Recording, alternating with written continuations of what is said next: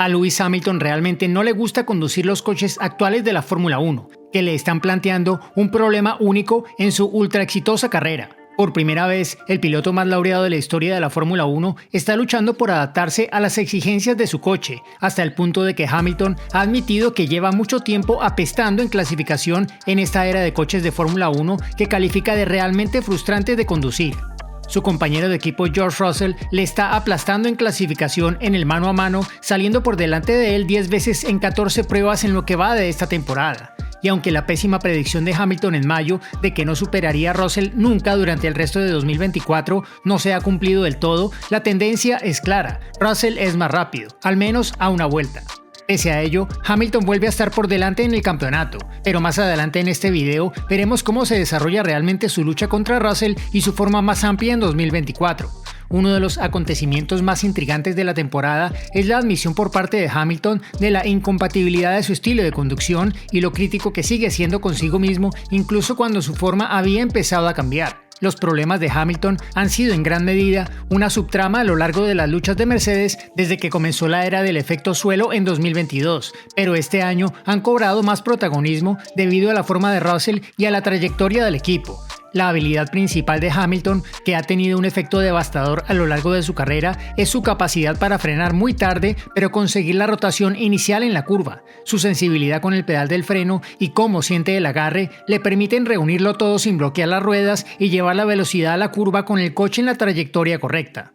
En las curvas lentas es donde suelen encontrarse las verdaderas ganancias de tiempo por vuelta, y conduciendo al máximo en estas curvas, Hamilton lleva casi 2 décadas marcando diferencia, sin deslizamientos inesperados de la parte trasera, ni grandes pérdidas de tiempo por vuelta a la salida de las curvas, ni picos atroces en la temperatura de los neumáticos.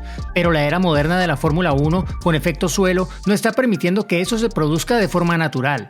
Los coches actuales son los más grandes y pesados que ha tenido nunca la Fórmula 1, y todo en ellos, la aerodinámica, el peso, la plataforma mecánica y los neumáticos han exacerbado esencialmente algunas características anti-Hamilton. Es muy fácil que estos coches existan en el filo de la navaja, con un tren trasero impredecible o un subviraje crónico dependiendo de la velocidad y el perfil de la curva. Hamilton dice que a estos coches no les gusta que se les frene tarde con un giro brusco hacia el interior de la curva, en lo que comúnmente se conoce como trazar la curva en V. En su lugar, recompensan frenar un poco antes y trazar la curva más en forma de U, con una rotación más progresiva, algo que Hamilton dice que odia.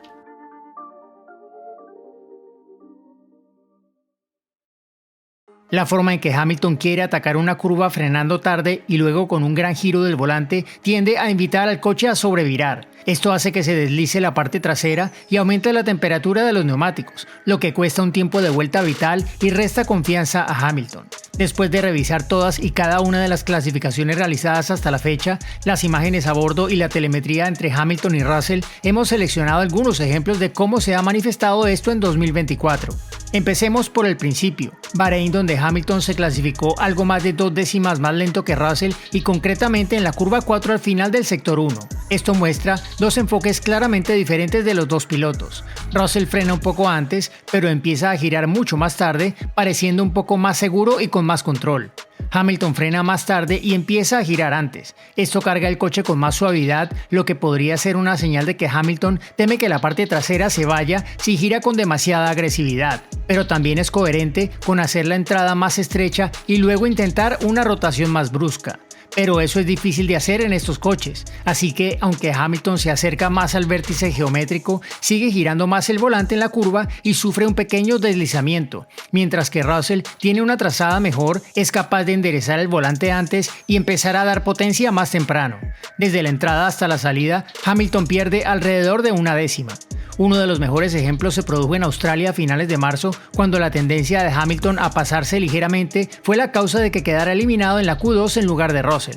La primera pérdida de tiempo notable respecto a Russell se produce en la curva 4, la primera curva lenta del circuito en la que Hamilton frena ligeramente más tarde y como resultado tiene un derrape a mitad de curva. Pero más adelante en la vuelta, en un buen ejemplo de cómo el estilo de Hamilton puede jugar a su favor, gana mucho tiempo a Russell en la curva 11, donde Hamilton hace un gran trabajo para frenar el coche, meter la parte delantera y volver al acelerador lo suficientemente rápido como para ganar 1 décima en general. Esto pone a Hamilton en el buen camino, pero en la penúltima curva frena demasiado tarde y sufre un inevitable derrape en la mitad de la curva que retrasa demasiado su aceleración. También es posible que haya sobrecalentado ligeramente los neumáticos traseros, ya que entonces también tiene una salida comprometida en la última curva. Un ejemplo aún más atroz de ser castigado con una eliminación prematura fue el Gran Premio de China de abril, en el que Hamilton quedó eliminado en la Q1. El gran error se produjo en la horquilla al final de la larga recta de atrás, donde una frenada un poco tardía provocó un bloqueo que hundió a Hamilton y le costó 4 décimas de segundo. Pero antes, en la misma vuelta, Russell ya había perdido 1,5 décimas en una curva, la curva 4, la lenta horquilla a derecha, y Hamilton se pasó de frenada. Tenía una velocidad mínima fraccionalmente inferior y volvió más tarde al acelerador. Podríamos enumerar varios ejemplos más a lo largo del año, como Imola en mayo y Canadá en junio, pero esto no pretende ser un resumen de la temporada de Hamilton y solo muestra las tendencias de la clasificación, especialmente en el tercio inicial de la campaña, que a menudo han sido decisivas para Hamilton frente a Russell. Sin embargo, hay menos ejemplos concretos de que esto haya sido una pérdida significativa en los últimos eventos, lo que indica que Hamilton está de nuevo en una mejor trayectoria. Así que exploremos eso a continuación. Russell ha estado por delante mucho más a menudo en 2024, pero los márgenes han sido muy ajustados. Hemos comparado sus rendimientos en clasificación en sesiones relevantes, lo que significa que si un piloto quedó eliminado de un segmento de clasificación antes de la Q3, por ejemplo, hemos tomado sus tiempos del último segmento en el que ambos participaron.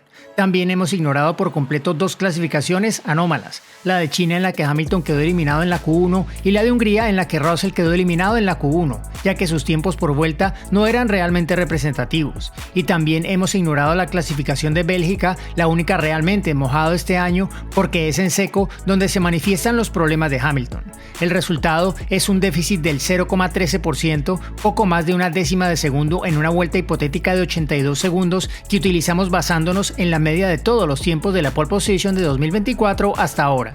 En otras palabras, incluso descontando 2 de las 4 veces que ha superado a Russell, Hamilton es, en el peor de los casos, algo más de 1 décima más lento de media. Como él dice, no es un desastre y probablemente esté por encima de la media, dado lo bueno que es Russell, pero hemos llegado a esperar más que eso del piloto con más poles de la historia de la Fórmula 1. Una cosa que llama la atención al examinarla más de cerca es cómo cambia la comparación a ambos lados de algunas mejoras cruciales de Mercedes. Varios cambios en el piso y, lo que es igual de importante, en el alerón delantero han ayudado a dar un giro a la temporada de Mercedes, que ha pasado de no correr al frente en las primeras carreras a ganar 3 de los 4 grandes premios antes del parón veraniego. Los desarrollos han proporcionado al coche un mejor equilibrio a alta y baja velocidad y han perseguido una mayor carga aerodinámica. El coche es más fácil de poner a punto, es más predecible y los pilotos pueden atacar con más confianza. Eso parece haber ayudado especialmente a Hamilton, ya que ahora regala mucho menos a Russell y ha empezado a superarle un poco más. Ambos pilotos han mejorado sustancialmente sus números desde que recibieron un nuevo alerón delantero que llegó en medio de una racha de actualizaciones. En el caso concreto de Hamilton, su posición media en parrilla durante las 8 primeras carreras fue un escaso 9,5 y su posición media de llegada fue de 7,57, pero desde que utilizó por primera vez el alerón delantero en Canadá a principios de junio, su posición media en parrilla ha mejorado a 4,17 y su posición media de llegada es la misma que la de Russell, 2,67. Esto parece mucho menos desastroso de lo que se creía hace unas pocas carreras. ¿Cuánto de esto puede deberse a que Hamilton ha encontrado por fin la forma de adaptarse a las exigencias de este coche? Al fin y al cabo, Hamilton ha sido normalmente muy bueno en coches muy diferentes, así que tarde o temprano tenía que mitigar lo peor de sus problemas. Pero esto es diferente a los diversos cambios en el comportamiento y las características del coche que Hamilton ha encontrado a lo largo de su dilatada carrera. Se trata de un choque más fundamental entre sus preferencias y las necesidades del coche. ¿Se pueden enseñar trucos nuevos a un perro viejo? Bueno, la forma de conducir de Hamilton está profundamente arraigada en él y no va a ser posible desentrañarla a los 39 años, cuando lleva casi 20 pilotando coches de Fórmula 1. Bromeó hace poco diciendo: soy Capricornio, así que soy testarudo, en respuesta a la pregunta de cómo había enfocado el intento de adaptarse al reto de estos coches, si intentaba rehacerse a sí mismo o simplemente lidiaba con ello lo mejor que podía. Hamilton, más serio, dijo que intentaba seguir pilotando como quería, aunque no siempre funcionara. Eso ayudó a explicar los altibajos. A veces el coche podrá con todo y cuanto mejor sea el coche, más indulgente será, pero a veces Hamilton sufrirá por ello. Y en general, incluso en su mejor momento relativo en estos coches, le sigue faltando algo frente a Russell.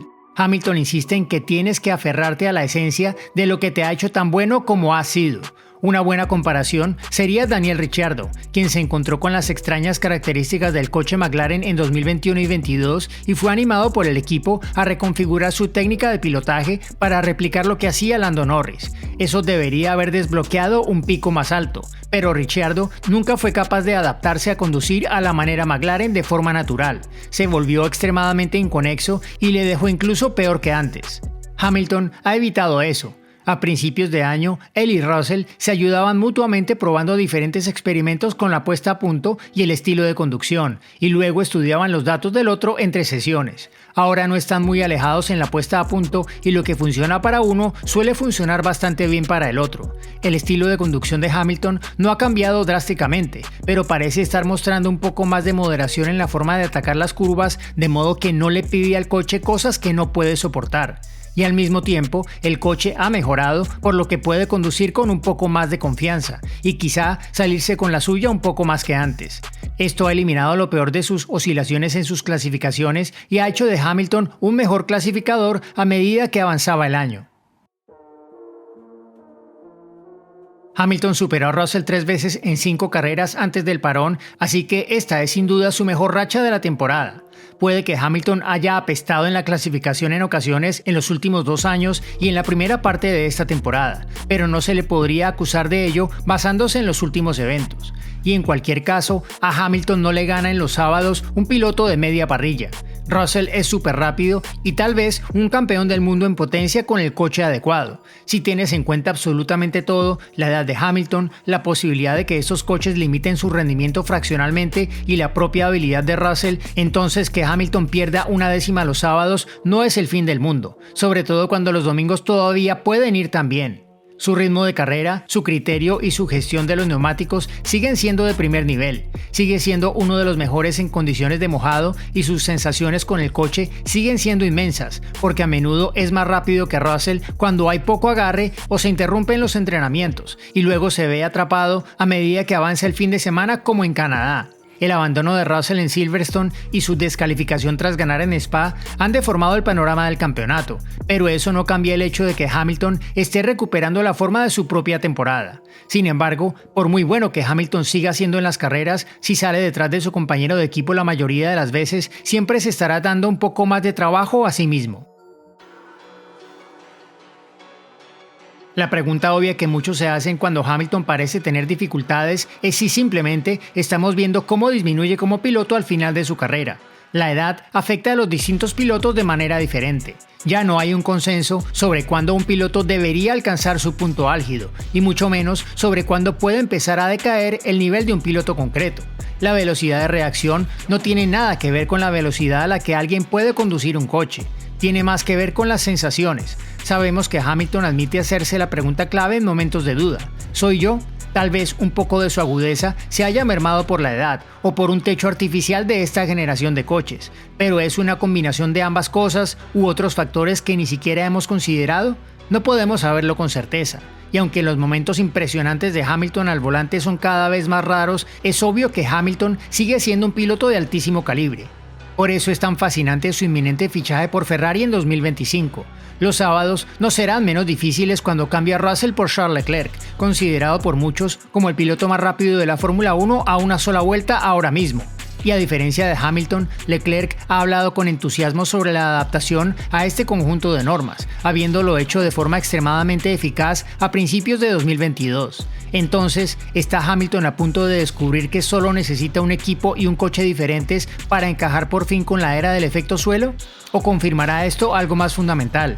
Una ligera pero decisiva falta de velocidad en clasificación que deja a Hamilton en el lado equivocado de más márgenes finos y confiando en más carreras heroicas los domingos?